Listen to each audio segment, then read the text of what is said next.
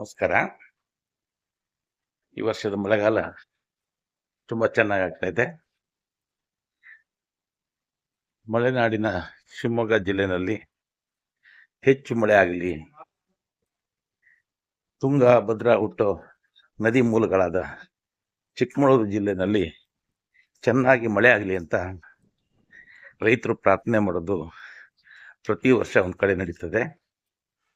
ಅದೆಲ್ಲಂದ್ರೆ ಹೊಸಪೇಟೆಯ Tungabhadra dam ತಟದಲ್ಲಿ May ಮತ್ತು June ತಿಂಗಳ ಮೊದಲ ವಾರದಲ್ಲಿ, ವಿಶೇಷವಾಗಿ ರಾಯಚೂರು, ಬಳ್ಳಾರಿ ಮತ್ತು ಆಂಧ್ರದ ರೈತರು ಏನು ಈ ಡ್ಯಾಮ್ ನೀರಿನ ಫಲಾನುಭವಿಗಳು, ಜಲಾನಯ ಪ್ರದೇಶದ ರೈತರು ಗುಂಪು ಗುಂಪಾಗಿ ಸಂಸಾರ ಸಮೇತ ಬರ್ತಾರೆ.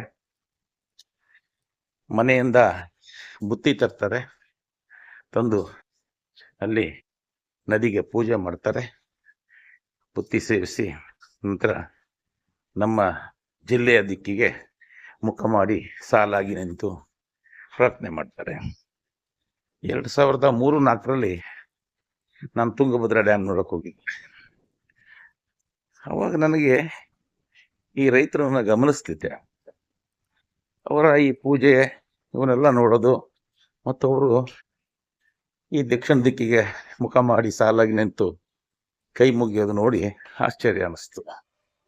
ಹಾಗಾಗಿ ಅವ್ರನ್ನ ಭೇಟಿ ಮಾಡಿ ಕೇಳಿದೆ, ಯಾಕೋಸ್ಕರ ನೀವು ಈ ರೀತಿ ಪೂಜೆ ಮಾಡ್ತೀರಾ?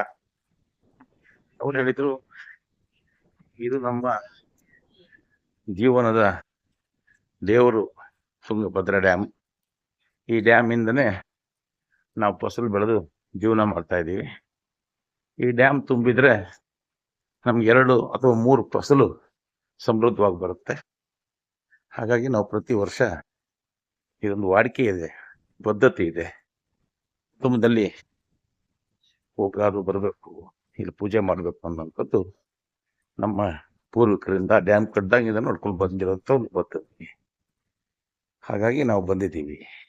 ಸರಿ, ನೀವು ಆ ದಿಕ್ಕಿಗೆ, ದಕ್ಷಿಣ ದಿಕ್ಕಿಗೆ ನಿಂತ್ಕೊಂಡು ಕೈ ಮುಗಿದ್ರಲ್ಲ, ಅದು ಯಾಕೆ? ಅವಾಗ ಅವ್ರು ಹೇಳಿದ್ ಕೇಳಿ ನನಗೆ ಭಾಳ ಆಶ್ಚರ್ಯ ಮತ್ತು ಖುಷಿ ಆಯಿತು.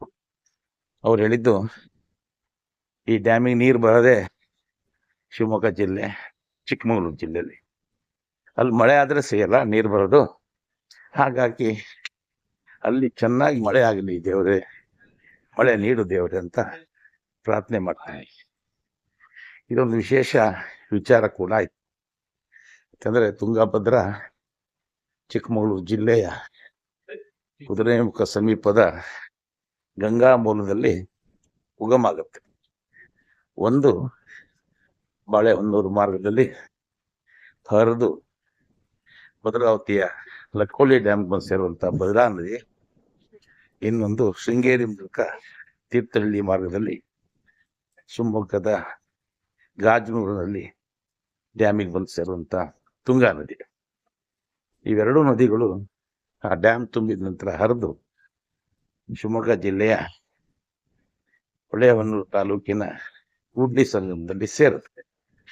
ನಂತರ ಅದು ತುಂಗಭದ್ರಾ ಡ್ಯಾಮಿಗೆ ಹರಿದು ಹೋಗುತ್ತೆ. ಇದ್ರ ಜೊತೆಗೆ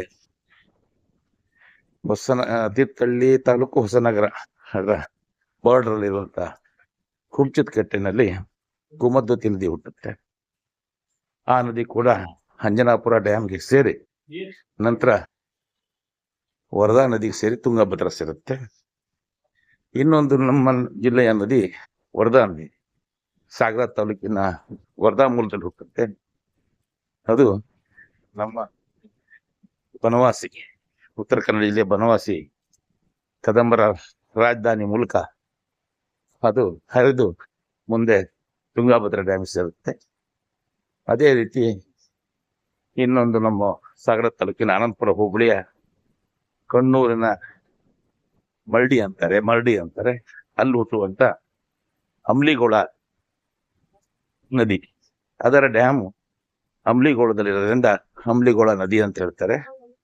ಅದು ಕೂಡ ಹರಿದು ಮುಂದೆ ಕುಮದ್ವತಿ ನದಿ ಸೇರಿ ವರದಾ ನದಿ ಸೇರಿ ತುಂಗಭದ್ರಾ ಡ್ಯಾಮಿಗೆ ಸೇರುತ್ತೆ.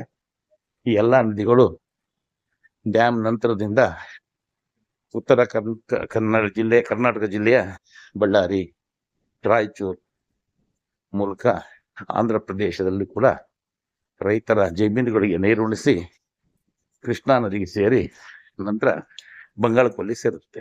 ಹಾಗಾಗಿ ನನಗೆ ಭಾಳ ಇಷ್ಟ ಆಗಿದ್ದು ಆ ತುಂಗಾಭದ್ರಾ ನದಿಯ ರೈತರು ಮೇ ಮತ್ತು ಜೂನ್ ತಿಂಗಳಲ್ಲಿ ಬಂದು ಸಾಮೂಹಿಕವಾಗಿ ಪೂಜೆ ಮಾಡಿ ನಮ್ಮ ಜಿಲ್ಲೆಯ ದಿಕ್ಕಿಗೆ ಮುಖ ಮಾಡಿ ಶಿವಮೊಗ್ಗ ಜಿಲ್ಲೆ, ಚಿಕ್ಕಮಗಳೂರು ಜಿಲ್ಲೆಯಲ್ಲಿ ಚೆನ್ನಾಗಿ ಮಳೆ ಆಗಲಿ ಅಂತ ಪ್ರಾರ್ಥನೆ ಮಾಡ್ತಾರಲ್ಲ, ಅದು ಕೂಡ ನಂಗೆ ವಿಶೇಷ ಅನ್ನಿಸ್ತು.